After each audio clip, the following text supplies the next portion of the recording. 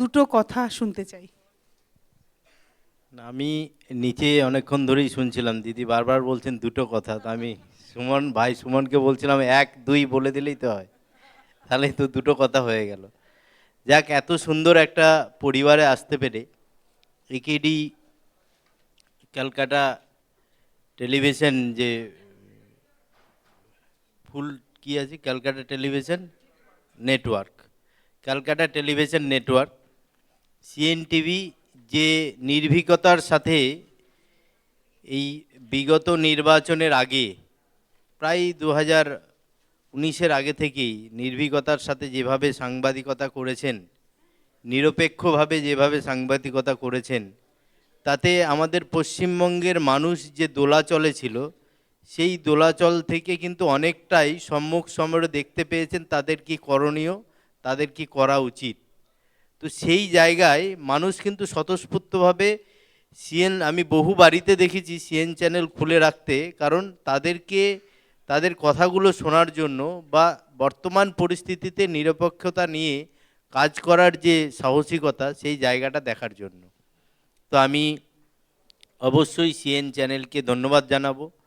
আমি অবশ্যই তাদের যে সামাজিকতা, অজিত বাবুর যে প্রয়াণ দিবস, সেই প্রয়াণ দিবস উপলক্ষে যে সামাজিকতা, সমাজের জন্যও যে তাদের কিছু করণীয় আছে, সেটাও যে সমাজে তুলে ধরেছেন, তার জন্য আমি পুরো পরিবারকে, একেডি পরিবারকে আমি আমার সমর্থন এবং তাদেরকে ধন্যবাদ জানাবো।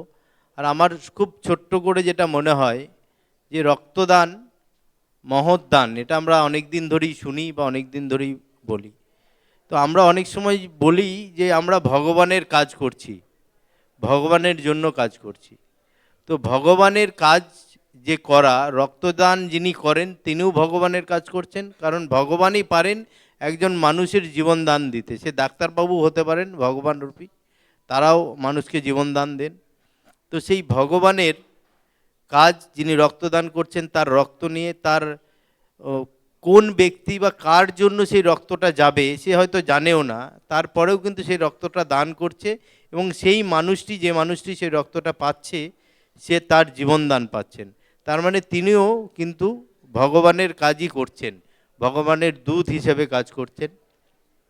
আর যারা রক্তদানের আয়োজন করছেন, তারাও কিন্তু ভগবানের দূত হিসেবে কাজ করছেন। এই আয়োজনটা হয়তো না করলে ওই ব্যক্তিটি ওখানে রক্ত দিতেন না, আর একজন মানুষ তাকে জীবন ফেরানো যেত না। তো এই সমস্ত কাজটাই একটা দেবত্ব সুলভ কাজ আছে।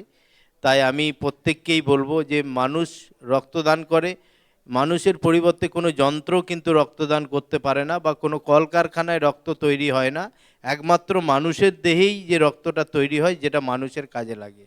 পরবর্তী ক্ষেত্রে অনেক ডিভাইডেশন এসেছে, অনেক ভাগ এসেছে রক্তের মধ্যে, কিন্তু স্বাভাবিকভাবে যে রক্তটা মানুষ তৈরি করে, মানুষের শরীরে যে রক্ত তৈরি হয়, সেই রক্তই কিন্তু মানুষের জন্য কাজে লাগে। তো এই পুরো প্রক্রিয়াটা, পুরো ব্যাপারটাই যেটা আছে, প্রত্যেকের সূক্ষ্মভাবে অংশগ্রহণ, সেটা কিন্তু সমাজের যেমন কাজে লাগে। এবং আমরা যদি ধরি সনাতন ধর্মের মানুষ হিসাবে, আমরা সনাতনীরা যে বিশ্বাস করি, জীবে প্রেম করে যেই জন সেই জন সেবিছে ঈশ্বর।